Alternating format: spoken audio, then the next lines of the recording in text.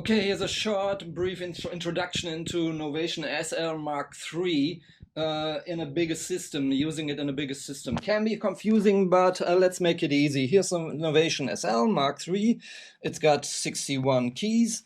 And on the back there's two MIDI outs, 1 and 2, and there's CV and gate and mod outputs, also 2 of those, and it's the same pedal. So one of the MIDI outs is going into the Novation Peak.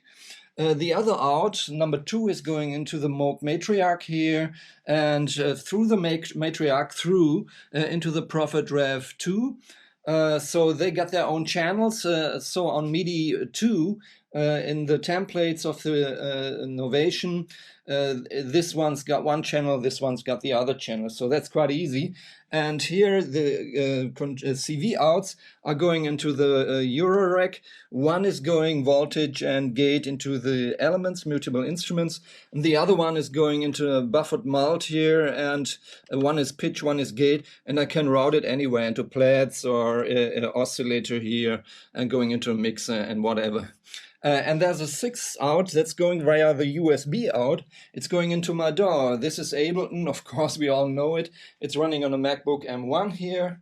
And for that I reserved channel 6, MIDI via USB. So how do I do this reservation? Let's say we take the shift here and go into templates. And in the templates you can see, I can match through here. On the first channel I have the peak. So the peak is in DIN 1 and it's got no CV, but it's got channel 1.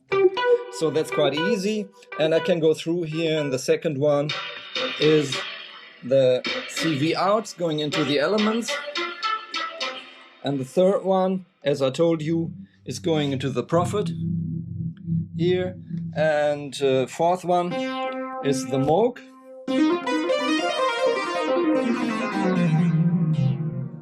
And the Moog is using also the DIN 2 with the second MIDI output here. And then we have some more. Another one goes into Eurorack. Number 6 is going right through USB into the Ableton thing here. Within Ableton, it's quite easy how to set it up. You can see it anywhere in YouTube videos. You just go into the presets here and activate the first and the second in. The second has got this underlined here as track and remote. And the outs here are also 2, 1 and 1 with underlined, and they are also activated. So this is quite easy to do that. And let's have a look how it works. Okay, here we go. First part, I go into sequencer. I have a session, I made a pattern. This is the first pattern. And number 1 here is the peak, and I just press record here and record.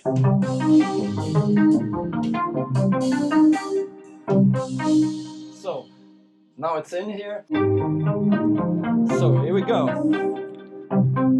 Next one is the elements. I press record.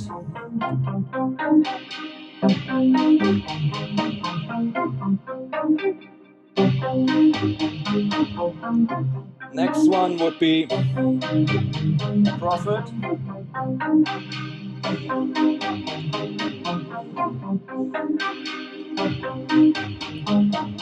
And I can mute these ones.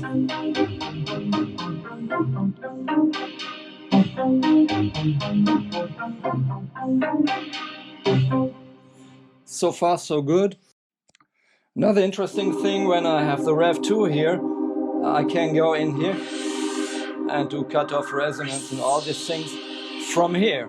So this is quite good, and once it's running, I record it.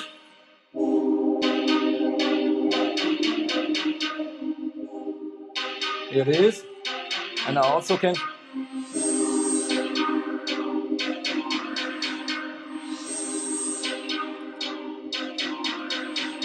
you see?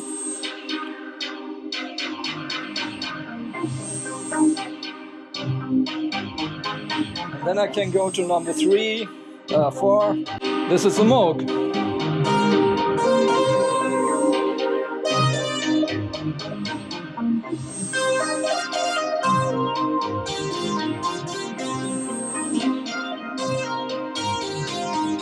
while it's running,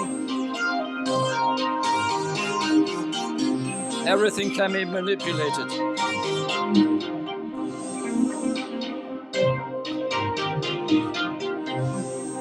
So this is the internal sequence. It's quite easy, as you've seen. 1, 2, 3, 4. And while they're running, I can manipulate them at the instrument themselves or through here. But what about Ableton now? So if I go into Ableton, I have channel 6 here. And here it is.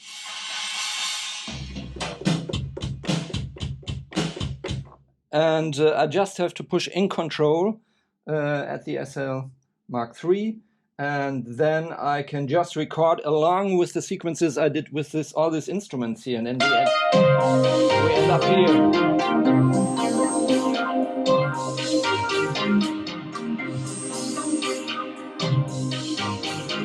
In control.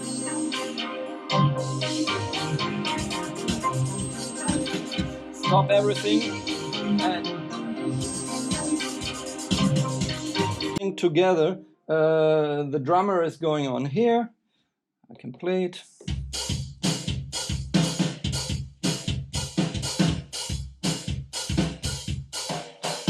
And the other things are running here. So I can mix everything up.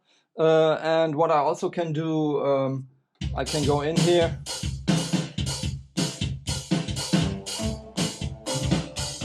What I have now is different instruments just running Ableton here. And I can go through here.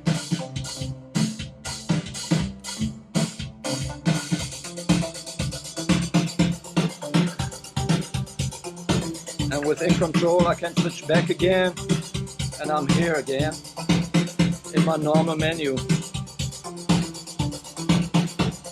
In control, off. So you see, that was very fast, but it's quite easy to work with this. Of course, you also can go into the sequencer normally here and go up here and use the arpeggiator. Yes, this is also possible, but for that, first, this is the arpeggiator, shift, arp, latch, and here we go. And while it's running, and can go into the tempo,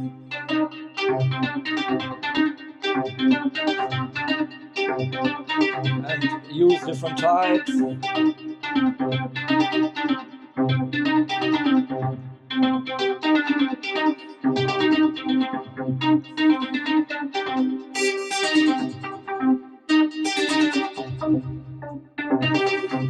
And so on and so on.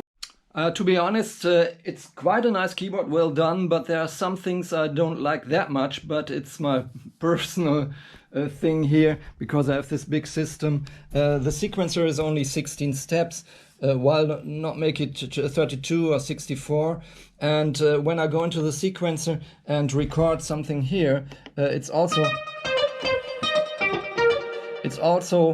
just in the measures of the 16 steps here. I can't say I play a longer thing here, harmonic changes, and combine it with the 16 steps. I'm not sure if they will change it soon, because other devices like Akai MPC-1 can do it. That would be great. What's great is really the CV thing and the MIDI channels here. Well, it hasn't got a USB hub to attach this via USB here. Other devices have this.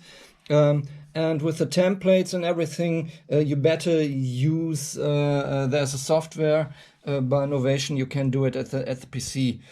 So the arpeggiator is quite good. You can change the scales, you can do some zones, the sequencer. In a live set, this is really great just to get out, go out and say, this is my central keyboard here, and I don't have to change keyboards. If you want to do this, I still prefer going to this one, going to that one, going to that one, and not do everything with one keyboard, because they have much more possibilities to tweak them. especially the Eurorack. But for Eurorack, it's really working with the arpeggiator. This is great, especially things like Elements are really working well. So all in all, it's a good device, well done. Hope that was helpful, and see you next time.